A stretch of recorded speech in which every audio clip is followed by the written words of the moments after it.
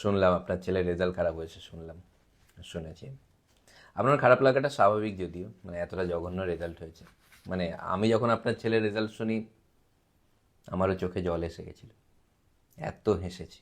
শুনছি নাকি বকাঝকা করছেন ওকে, বকছেন। তো বকবো না তো কি করব বলুন তো? এই সময় কেউ সব করে? কেউ ডিমোটিভেট করে ওকে? কোথায় ও? একদম করতে না, একদম করবেন না এই সময়, একদম না। কোথায় বাবু? বাবু দেখো, তোমার রেজাল্ট খারাপ হয়েছে, হ্যাঁ কি না? রেজাল্ট খারাপ হয়েছে? হ্যাঁ হয়েছে। বেশ হয়েছে। প্রচুর ফুটানি ছিল। ওর দ্বারা কিচ্ছু হবে না। স্যার কেন হবে না? বলুন কেন হবে না, আমি জিজ্ঞেস করছি, জানি না। এরকম নম্বর পেলে আর কি হবে বলুন? নম্বরটাই কি সব? সবাই কি সব কিছু পারে? সবার সব ট্যালেন্ট থাকে? ও হয়তো এখানে নম্বর পায়নি, কিন্তু এটাও তো আপনাকে দেখতে হবে ও কত সুন্দর, কত দারুণ। আহ, নম্বরটাই সব।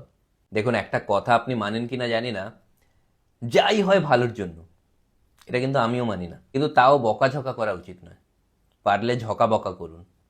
আর অনেকে এই সময় না মারে, একটু আধটু মারা ঠিক আছে, লাঠি নিয়ে মারাটা, মানে এরকম যে লাঠিগুলো, আরে আরে না আর করবো না, আরে আর করবো না, হাট, আর করবো আরে না, আস্তে, আর করবো না। আরে না, না, ওইদিকে পিছের দিকে, না, আরে আর না। করবো না। আপনি এইভাবে একটা ক্লাস 10 এর ছেলেকে কিন্তু আমার সামনে মারতে পারেন না, অন্যভাবে ট্রাই করুন।